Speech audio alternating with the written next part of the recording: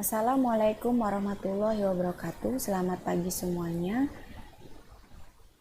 Untuk kali ini saya akan menjelaskan materi mengenai peluang suatu kejadian. Nah, mungkin kalian sudah pernah mempelajari peluang suatu kejadian pada saat SMP dan sudah mengetahui juga definisi sederhana dari peluang itu seperti apa. Ya. Mungkin ada yang tahu. Ya, untuk peluang sendiri itu adalah definisinya kemungkinan. Jadi kemungkinan suatu kejadian. Jadi kamu bisa lihat di sini ya, cover daripada presentasi saya kali ini ada sebuah dadu dan ada koin yang dilemparkan. Nah, ini adalah sebagian kecil daripada contoh dari peluang suatu kejadian. Untuk dapat menguasai peluang suatu kejadian, prasyarat yang harus kalian kuasai adalah dapat menghitung ruang sampel dari sebuah kejadian. Oke, kita lanjut. Nah, sebelum masuk ke materi kita, yang harus kamu ketahui dalam kompetensi dasar yang akan kalian kuasai, yang pertama itu adalah untuk kompetensi dasar pengetahuan, siswa dapat menentukan peluang kejadian. Dan untuk kompetensi dasar keterampilan, siswa dapat menyelesaikan masalah kontekstual yang berkaitan dengan peluang kejadian. Nah, ini adalah kompetensi dasar yang akan kalian peroleh setelah mempelajari materi untuk kali ini, yaitu peluang kejadian. Nah, sebelum masuk ke materinya, saya akan memberikan ilustrasi sedikit mengenai peluang suatu kejadian untuk menunjukkan pengertian peluang itu seperti apa.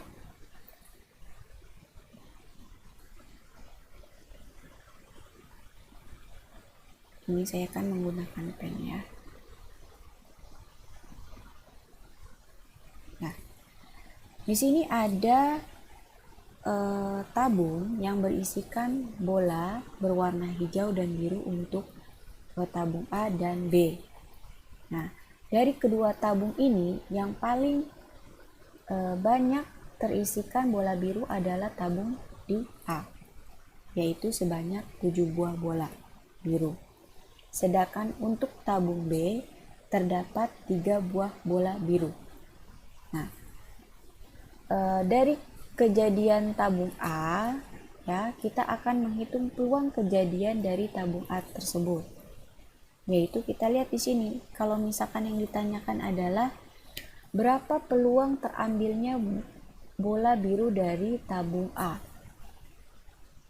Ya, kita lihat di sini bola birunya ada 7. Nah, 7 dari berapa bola? Dari keseluruhan bola ada 10. Nah, 10 buah bola. Jadi peluang dari buah bola biru atau peluang kejadian dari bola biru yaitu 7 dari 10 buah bola yang berada di tabung tersebut untuk kejadian A. Nah, untuk tabung kejadian B, berapa peluang terambilnya bola berwarna biru di tabung B? Yaitu kita lihat di sini warna birunya ada berapa? Ternyata ada 3.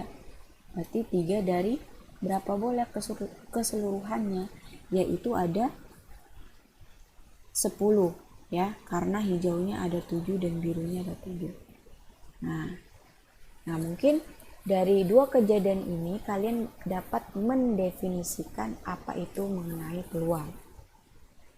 Oke, kita beralih dari ilustrasi sebuah tabung ini. Oke, dari ilustrasi tersebut kita langsung berlanjut ke pengertian peluang. Ya, nah, berdasarkan ilustrasi tersebut maka dapat kita simpulkan pengertian daripada peluang Peluang adalah perbandingan banyaknya titik sampel dan ruang sampel pada suatu kejadian. Jadi, dari ilustrasi yang tadi sudah saya jelaskan, bahwa titik sampel pada kejadian tersebut adalah bola biru, dan ruang sampel dari kejadian ilustrasi yang tadi adalah keseluruhan bola atau total dari jumlah bola yang ada di tabung. Nah, maka dari itu untuk rumus peluang suatu kejadian, di sini saya menamakan peluang kejadiannya adalah E, itu adalah PE sama dengan NE dibagi NS. Dengan PE-nya itu adalah peluang suatu kejadian E, dan untuk NE keterangannya itu adalah banyak titik sampel kejadian E, dan NS itu adalah banyak anggota ruang sampel, ya. Nah, untuk nilai peluang suatu kejadian itu kisarannya adalah lebih dari sama dengan 0 dan kurang dari sama dengan 1. Jadi kisarannya 0 sampai dengan 1. Kalau misalkan dia 0, untuk PE-nya 0, bernilai 0 itu artinya mustahil. Mustahil itu artinya adalah tidak pasti, ya, kejadiannya. Kalau misalkan untuk nilai P E sama dengan 1, itu adalah mutlak, kejadiannya mutlak. Nah, itu artinya adalah kejadiannya pasti, ya, pasti dalam hal ini pasti akan terjadi. Contohnya, misalkan kalau yang mustahil itu sebuah sapi melahirkan anak anjing. Nah, itu kan mustahil kan? Tidak mungkin terjadi. Ya. Nah, untuk yang mutlak sendiri, contohnya itu manusia pasti akan mati. Nah, itu untuk contohnya, ya. Oke, kita lanjut ke slide berikutnya. Nah, ini contoh yang pertama, ya. Sebuah dadu dilemparkan sekali, tentukan peluang mata dadu genap. Nah, kita ketahui bahwa untuk ruang sampel dari dadu, ya, itu adalah 6. Kenapa ruang sampel dadu itu ada 6? Karena terdiri dari angka 1, ya. Dadu bernomor 1, 2, 3, 4, 5, dan 6. Oke. Kemudian yang harus kita cari adalah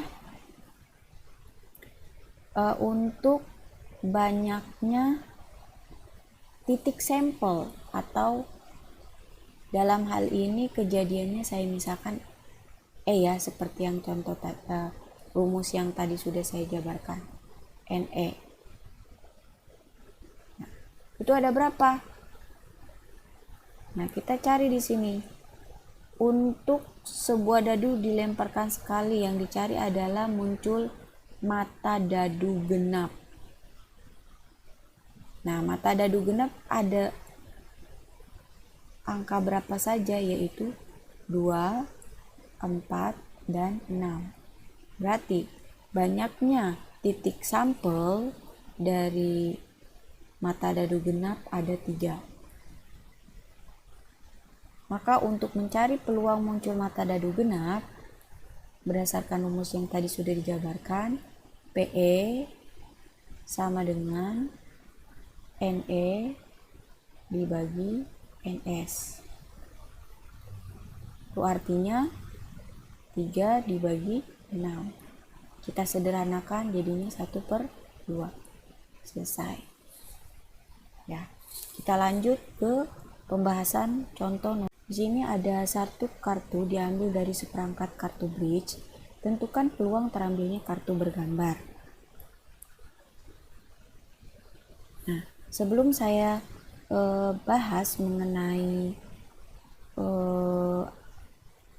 menentukan peluang terambilnya kartu bergambar, saya akan memperkenalkan untuk kartu bridge itu seperti apa. Nah, dari presentasi ini kalian bisa lihat slide-nya di sini ya, ada seperangkat kartu bridge. Kartu bridge itu terdiri dari jenisnya adalah di sini ada keriting ya, kartu keriting.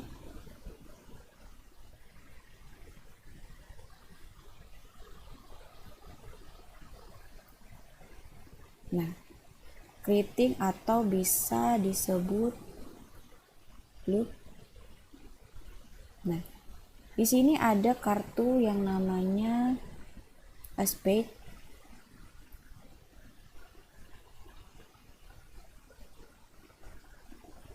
atau disebut scope. Nah, di sini ada kartu yang merah itu adalah heart atau love ya. Kemudian yang ini adalah diamond atau disebut kartu wajib. Oke. Nah, dari masing-masing kartu ini itu terdapat kartu bergambar yaitu king, queen, jack ya. Kemudian ada kartu as itu bernilai 1, kemudian 2 sampai 10. Jadi masing-masing kartu, jenis kartu itu ada 13 kartu ya. Kalau di total itu kartunya jadinya ada 52 kartu bridge. Oke. Karena sudah kalian pahami di sini untuk kartu bridge, kita langsung ke soal. Kembali ke soal, tentukan peluang terambilnya kartu bergambar. Nah, di sini kartu bergambar itu adalah king, queen, jack. Nah, king, queen, jack di sini untuk kartu keriting ada 3, berarti masing-masing kartu ada 3. 3 dikali 4 berarti ada 12. Berarti untuk peluang kejadian pada kartu ini NE dibagi NS. Untuk NE-nya berarti kan ada 12 ya. Keseluruhan kartu atau ruang sampelnya adalah 52 ya, ini NS 52. Oke. Jika bisa disederhanakan, kalian sederhanakan sama-sama dibagi 4 ya. Berarti 3/13. Oke, kita lanjut ke contoh soal berikutnya. Di sini ada contoh soal ketiga. 1 buah koin dan 1 buah dadu dilemparkan secara bersamaan sebanyak 1 kali. Tentukan peluang keluarnya gambar ganjil. Gambar tapi angkanya ganjil untuk koinnya ya. Nah, kalau misalkan gambar ganjil berarti kan kemungkinannya sebenarnya keseluruhannya itu kita dengan metode pasangan, yaitu kemungkinan dari kejadian atau ruang sampelnya itu kan untuk sampelnya ada bisa keluarnya angka 1, angka 2, angka 3, angka 4, angka 5, dan angka 6 ya. Kemudian untuk yang gambarnya bisa gambar 1, gambar 2, gambar 3, gambar 4, gambar 5, dan gambar 6. Maka total daripada ruang sampelnya itu adalah 12. Tapi kalau misalkan supaya tidak capek atau lebih efektif dalam penghitungan ruang sampel, kamu bisa menghitungnya dengan cara lihat di sini. Untuk koin di sini ada kemungkinannya itu ada 2, dan satu buah dadu itu kemungkinannya ada 6. Berarti kamu tinggal kalikan saja untuk ruang sampelnya, jadi ada 12. Nah, kemudian untuk untuk banyaknya titik sampel atau NE dalam hal ini, kita ambil gambar ganjil. Ya, NE-nya kan gambar ganjil. Kita lihat sini gambar dengan angka ganjil yang mana aja. Yang ini G1, G3, dan G5. Berarti sebanyak 3. Berarti NE-nya adalah 3. Maka PE sama dengan NE dibagi NS itu adalah 3/12, disederhanakan jadi 1/4. Itu adalah peluang keluarnya gambar ganjil. Kita lanjutkan contoh soal berikutnya, yaitu contoh soal keempat. 2 buah dadu dilempar undi sekaligus sebanyak 1 kali. Tentukan peluang muncul jumlah kedua dadu sama dengan 10.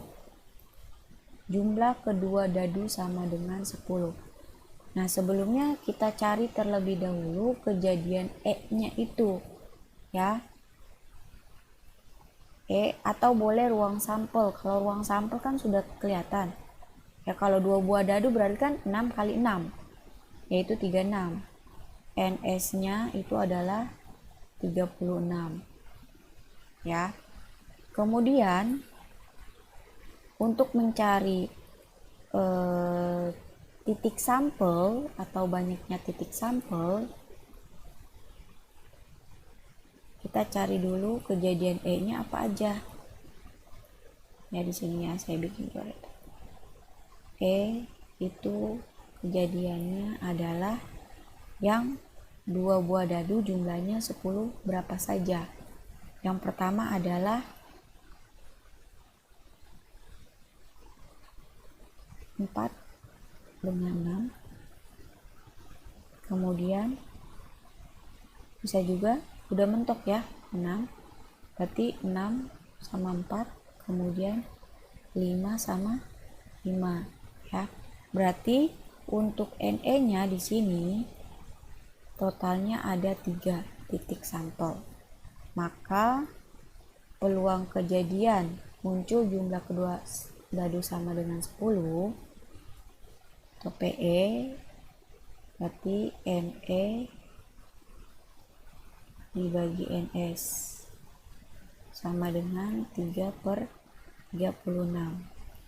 Jadi disederhanakan, sama-sama dibagi 3 jadi 1/12. Kita lanjut contoh soal berikutnya. Contoh soal kelima.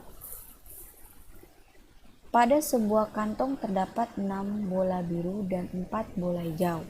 Jika akan diambil 2 bola sekaligus, tentukan peluang terambil keduanya bola biru. Jadi di sini ada sebuah kantong nih. Ada 6 buah bola biru dan ada 4 buah bola hijau. Ya, diambil secara sekaligus, yaitu yang terambil adalah dua-duanya biru. Nah, maka dari itu berarti kan berdasarkan rumusnya P E sama dengan N. E dibagi N S ya. Berarti kita cari banyaknya titik sampel untuk kejadian terambilnya 2 bola biru ya. Berarti kan dalam hal ini untuk NE-nya sendiri adalah total daripada bola birunya ada berapa. Ternyata bola birunya ada 6. Berarti dari 6 bola pakai kombinasi ya. Karena kan dia tidak berdasarkan urutan, dia warna ya, pakai kombinasi. 6 C 2, dari 6 bola terambil 2 buah bola. Nah, untuk ruang sampelnya sendiri berarti total dari keseluruhan bola ada berapa? Ternyata di sini ada 10. Berarti 10 yang diambil 2, berarti 10 C 2. Nah, ini tinggal kita hitung saja.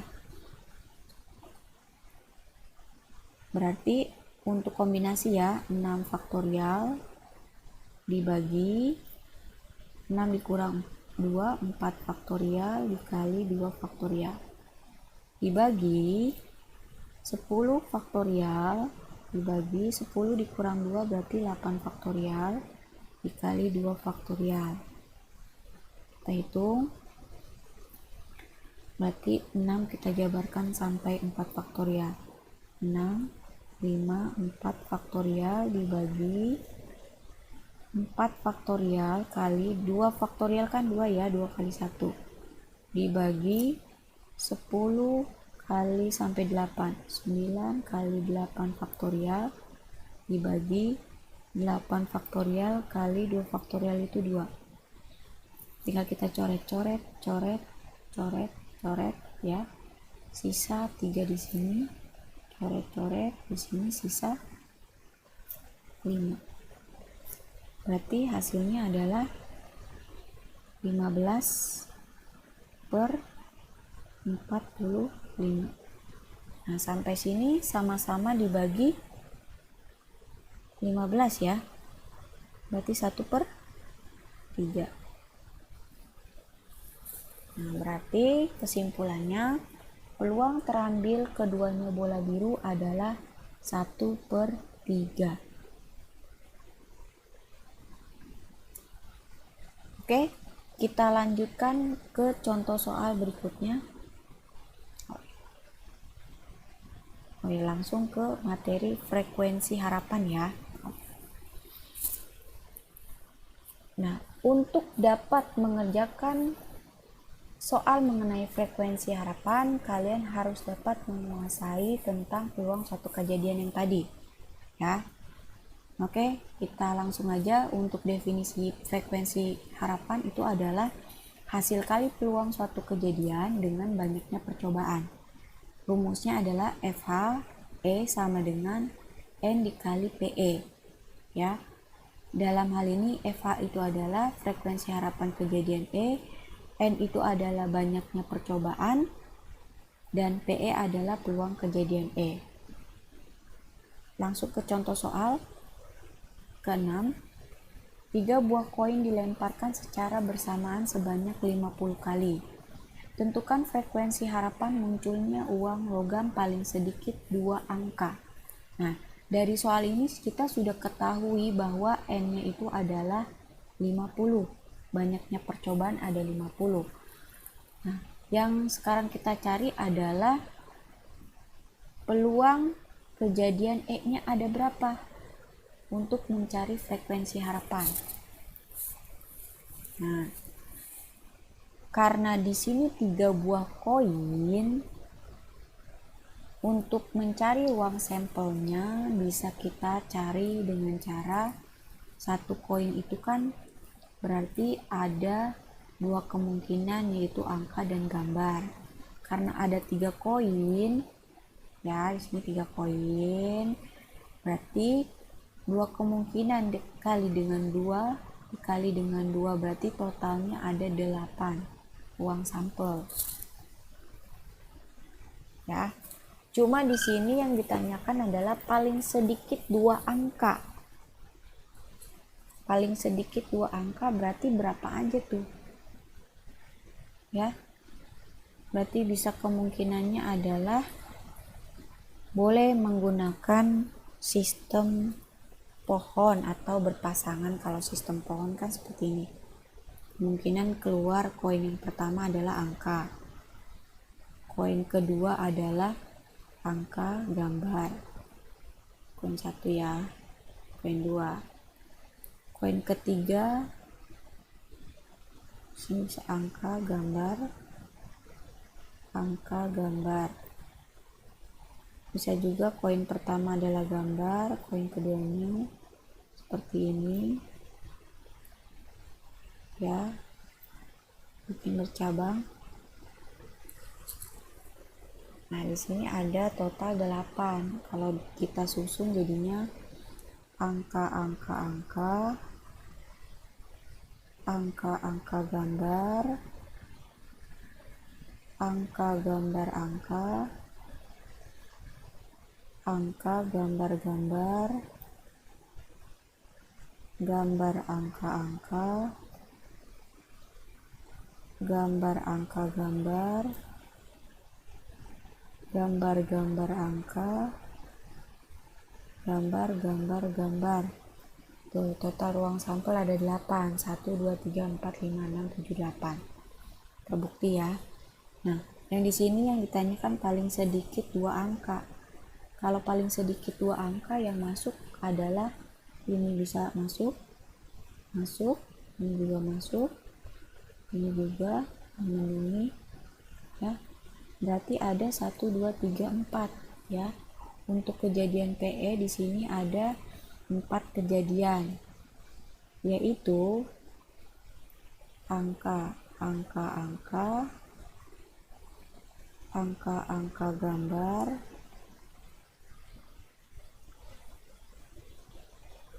gambar angka, dan gambar angka-angka.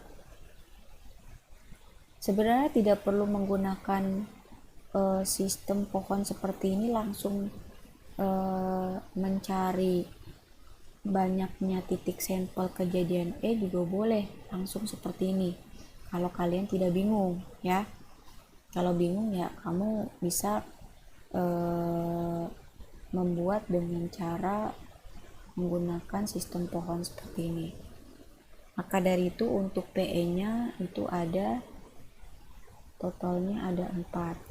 Maka untuk FH kejadian E dengan rumus banyaknya percobaan dikali peluang daripada kejadian E,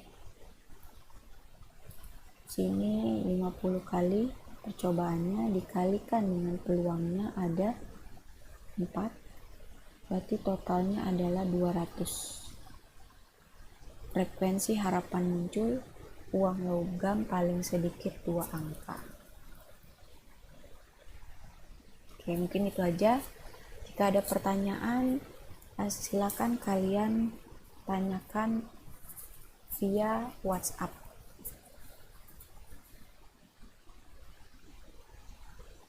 Oke, sekian dan terima kasih. Mungkin itu saja untuk pembelajaran kita kali ini mengenai peluang suatu kejadian dan frekuensi harapan.